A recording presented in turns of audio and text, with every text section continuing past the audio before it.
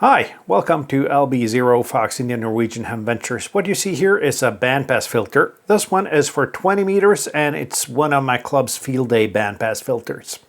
And what am I doing with a bandpass filter on my bench, you might ask? Well, as you probably figure out from the title, we're going to take a NanoVNA and we're going to figure out how to sweep this bandpass filter and figure out if it does its job. That's something that I've always wanted to know how to do, so I sat down earlier this week and actually learned how to do it.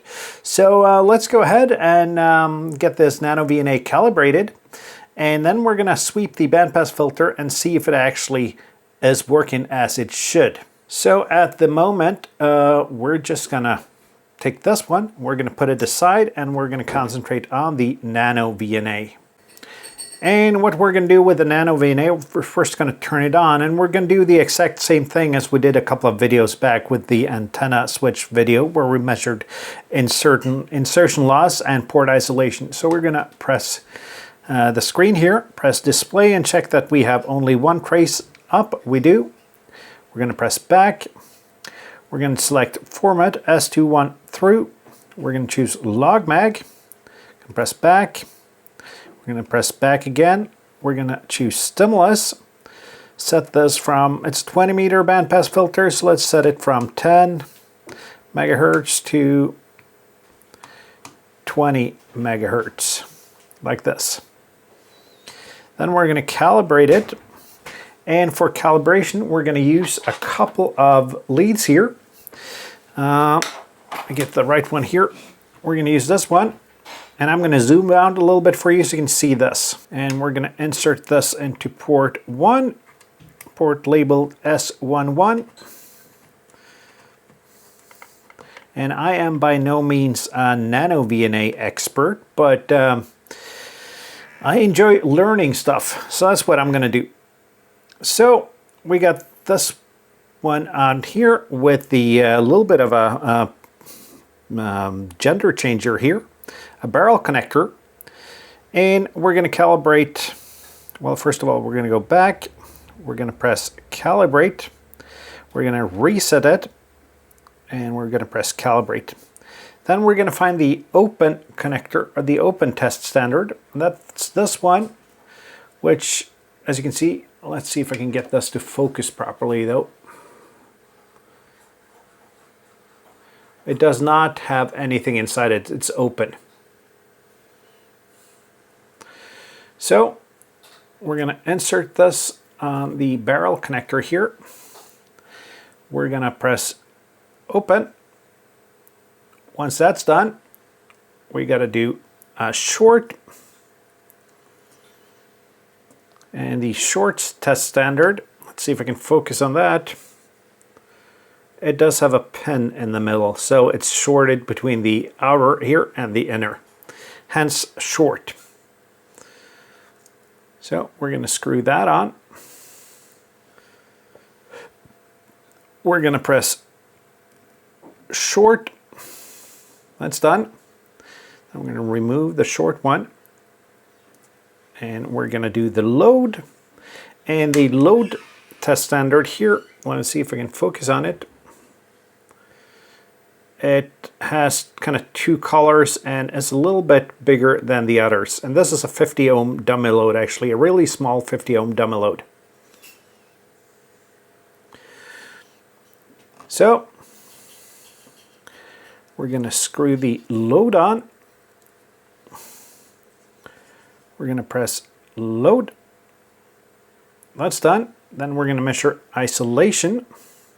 What I'm going to do now is I'm going to put one of these barrel connectors on the load standard here.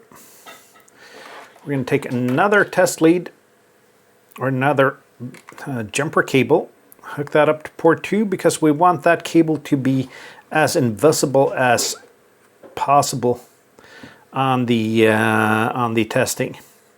And then we're going to insert the barrel connector with the load on here, like this. Now we're going to press isolation.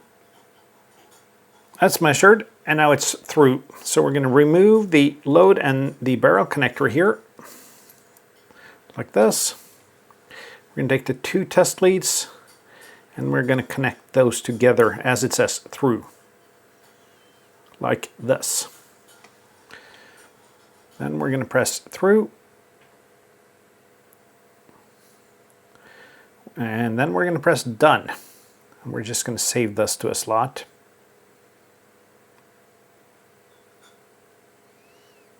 And let's go ahead and connect that to the bandpass filter and see how this actually works out. And as you might notice, the bandpass filter is upside down. That has no practical purpose. It's just so the barrel connector here fits the right adapter to the PL plug here. We're going to make sure that everything is tight and good. Then we're going to do the same here. Let's see if we can... It actually didn't fit that well this way around either. I'm just going to put it off to the side here like this.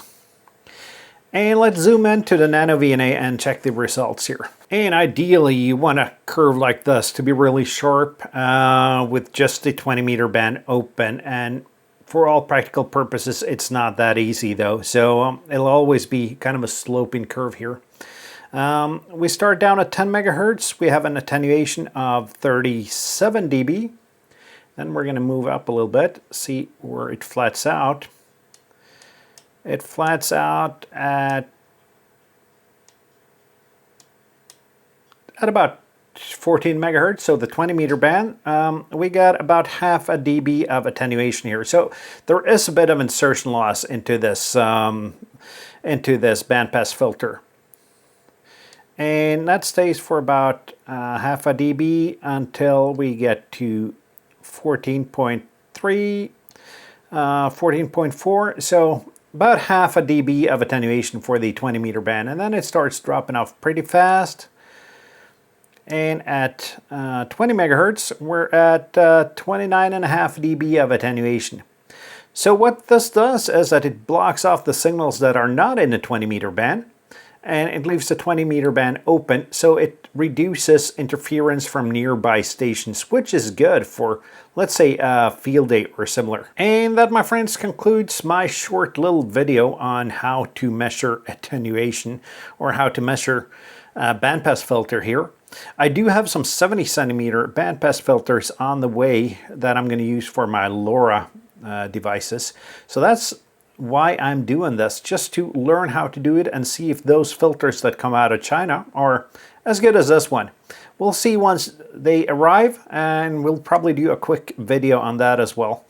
My experience using bandpass filters for the LoRa boards are good because those boards do not have any internal filtering. So adding an external filter is something you pretty much need to do on your digibeaters and iGates. Enough about that. We'll get back to that subject once the bandpass filters from China arrives. Don't forget to like, comment, and subscribe. Or if you don't like the video, give it a thumbs down. I'll see you guys down the bands and in my next video. Until next time, my friends, 73.